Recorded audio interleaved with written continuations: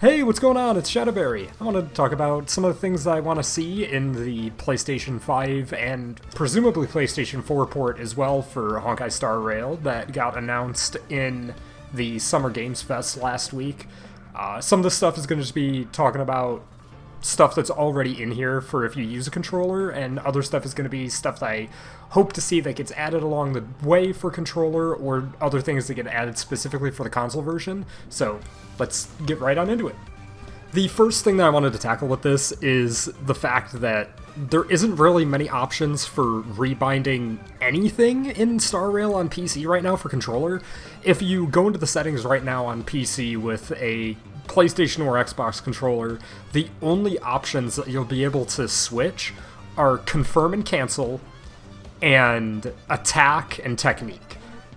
Everything else is locked to what it is, and you cannot change it, and that's one thing that I'm hoping gets changed when the console version comes out, or sometime between now and the console version's release, because there's a few settings that I actually do want to tweak that I'm a little surprised that you're not allowed to, like not being able to put the run button on R2. It is just permanently locked to R1,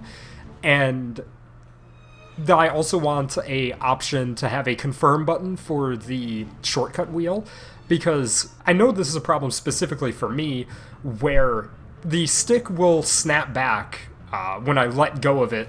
to confirm an option on the wheel.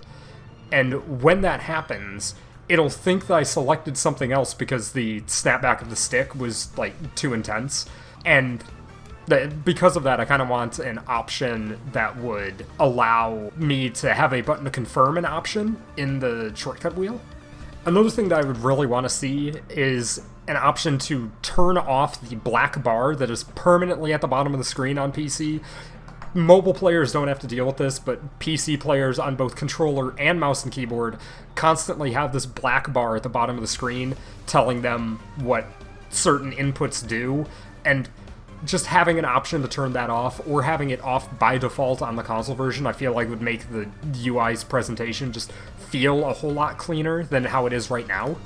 And the fact that some of these options aren't present in the PC version of Star Rail right now actually surprises me a little bit, because on top of there already being an option to basically rebind any control to anything on Genshin Impact on console, there also was an option to change your shortcuts on the shortcut wheel on Genshin on PC as well, I believe. It's been a long time since I last loaded the PC version of Genshin, so apologies if I got that wrong. But I definitely do know it's on the console version, and the fact that there's not an option to do that on Star Rail is a little bit confusing to me. I know there's only a few things that you actually can select, but still having the option to change which icon is where, I feel like would be a welcome addition for everyone.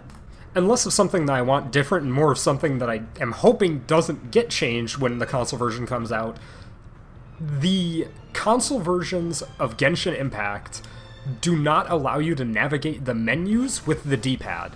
but Star Rail's PC version does, and I'm really hoping that's something that they keep going into the console version. Another change that I would want to see, and I know that this one's going to be extremely wishful thinking, is making it so that someone that makes an account on the PlayStation version isn't locked out of making in-app purchases on other platforms. I know this is a really weird thing to go off about, but I had this issue come up quite a bit with Genshin, where I had made a fresh account on the PlayStation version because I wanted a completely fresh start on the game. I had an account on launch, and I played for like a couple of weeks, and then I dropped it. And I decided to come back to it right before Inazuma came out. And I decided to do it on PlayStation, because I was like, oh, it's just going to be less of a headache if I just install it on PlayStation there. And while it was less of a headache to get the account set up, it then made it so that any time that I wanted to make any in-app purchases, I had to do them from the PlayStation version, but only for specific things. It was really obnoxious, and it's something that I really hope doesn't happen with Star Rail. That's one thing that I'm assuming is going to stay the same, because I think that's something from Sony's end, but either way, it's wishful thinking that I have that we might actually get some quality of life stuff for the console version in regards to that for anyone that makes their account on there. I also hope to see some options to bind different things to the touchpad itself on the controller as well, because I feel like that's one thing that Genshin, like, super underutilized, is the fact that on the PlayStation version, the touchpad on the PlayStation 4 and PlayStation 5 controllers can actually, like, detect inputs beyond clicking them in, and I feel like having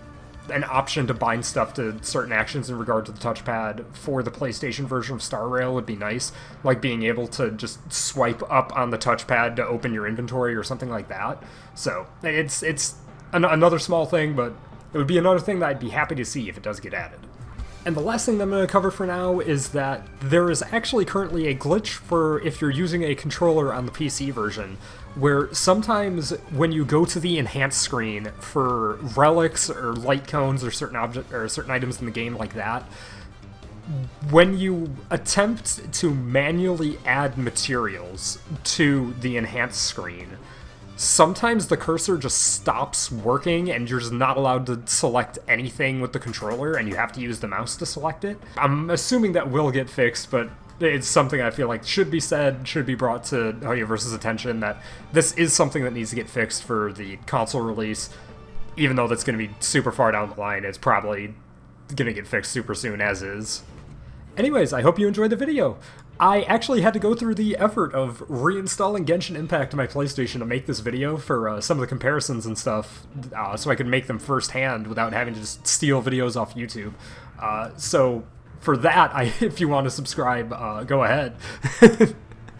Anyways, like, comment, and subscribe if you enjoyed, and I will see you guys all on the next video that I upload on Friday.